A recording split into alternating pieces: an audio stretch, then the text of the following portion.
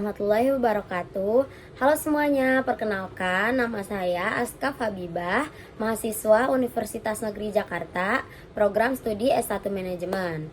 Dalam video ini, saya akan menjelaskan dengan singkat salah satu bentuk penerapan materi hukum bisnis, yaitu surat perjanjian atau kontrak sewa menyewa rumah.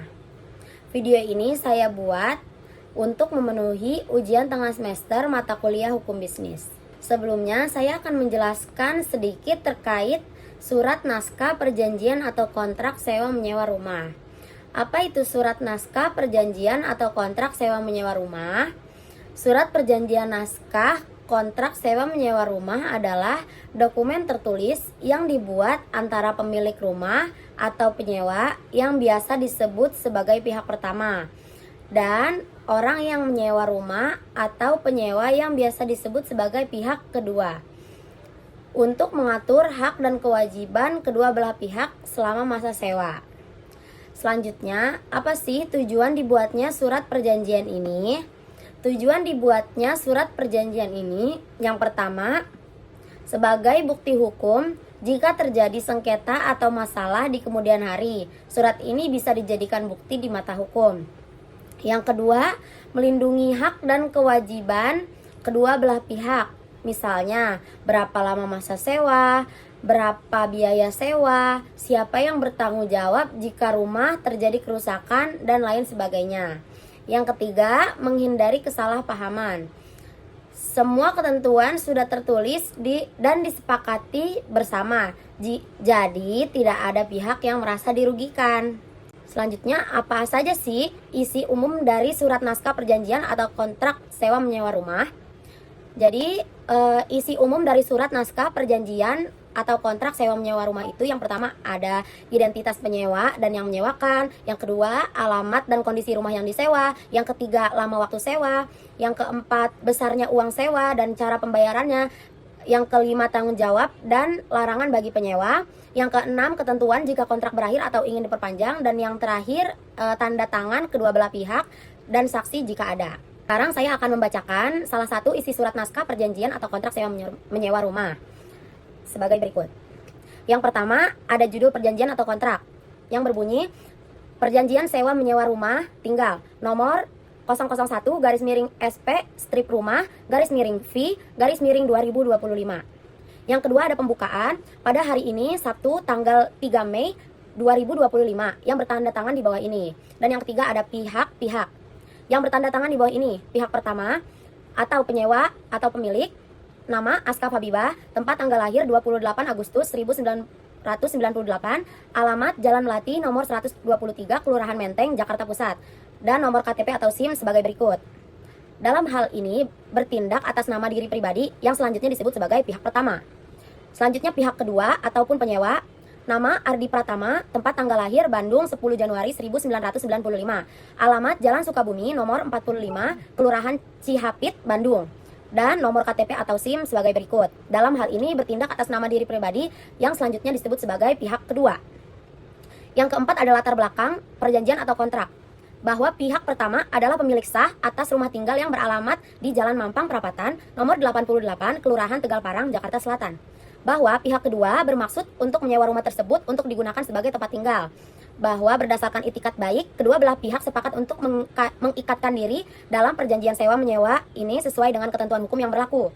Kedua belah pihak dengan ini menerangkan bahwa pihak pertama selaku pemilik sah telah setuju untuk menyewakan kepada pihak kedua berupa yang pertama, sebuah rumah yang berdiri atas sebidang tanah yang terletak di Jalan Mampang Perapatan nomor 88 Kelurahan Tegal Parang, Jakarta Selatan, yang selanjutnya disebut sebagai objek sewa.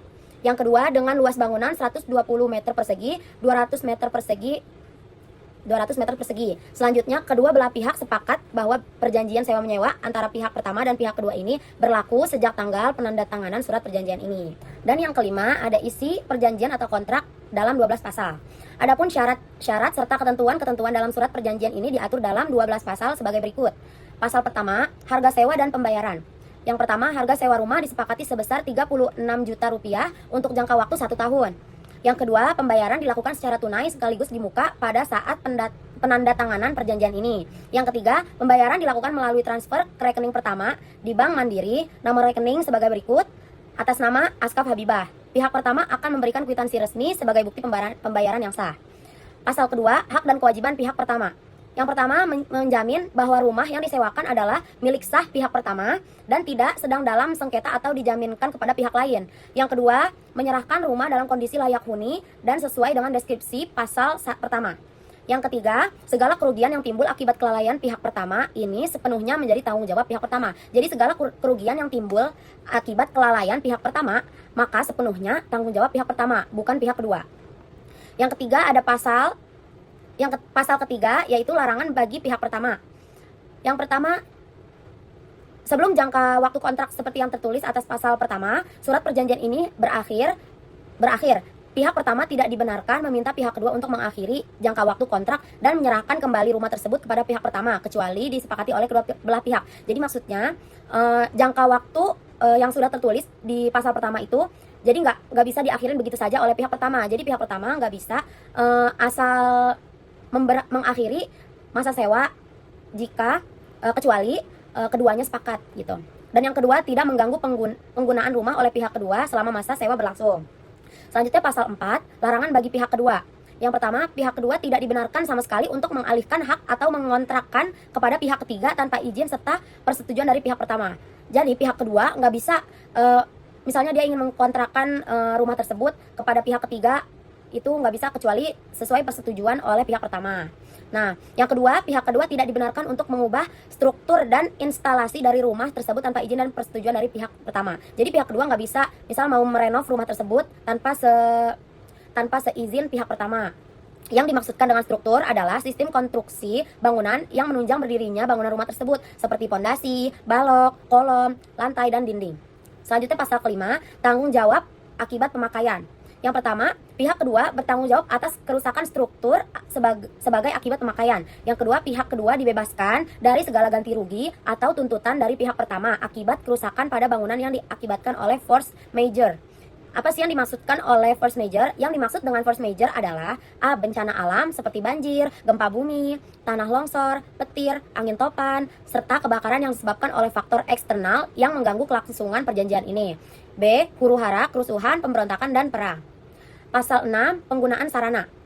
Dalam perjanjian sewa ini sudah termasuk hak atas pemakaian aliran listrik, saluran nomor telepon, dan air dari PDAM yang telah terpasang sebelumnya pada bangunan rumah yang disewa. Segala kerugian yang timbul akibat kelalaian pihak kedua dalam memenuhi kewajibannya sepenuhnya menjadi tanggung jawab pihak kedua.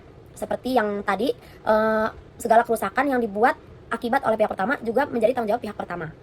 Pasal 7, yaitu penggunaan rumah. Yang pertama, pihak pertama tidak akan mempergunakan rumah itu untuk tujuan yang lain daripada yang disepakati dalam perjanjian ini, kecuali mendapat izin yang secara tertulis dari pihak pertama.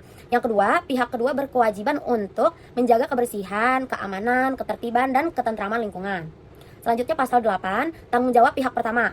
Pihak pertama bertanggung jawab atas berlakunya peraturan-peraturan pemerintahan yang menyangkut perihal pelaksanaan perjanjian ini, semisal pajak-pajak, iuran retribusi daerah, dan lainnya. Pasal 9, penyerahan rumah ketika perjanjian berakhir. Setelah berakhir jangka waktu kontrak sesuai dengan pasal 1 surat perjanjian ini, pihak kedua segera mengosongkan rumah dan menyerahkannya kembali kepada pihak pertama, serta telah memenuhi semua kewajibannya sesuai dengan pasal 6 surat perjanjian ini. Jadi pada saat waktu berakhir sewa menyewa rumah, jadi pihak kedua harus segera mengosongkan rumah tersebut dan mengembalikannya kepada pihak pertama, serta sebelum dikembalikan, semua kewajiban yang sesuai dengan pasal 6 pada surat perjanjian ini harus telah diselesaikan. Pada pasal 10, yaitu perpanjangan sewa.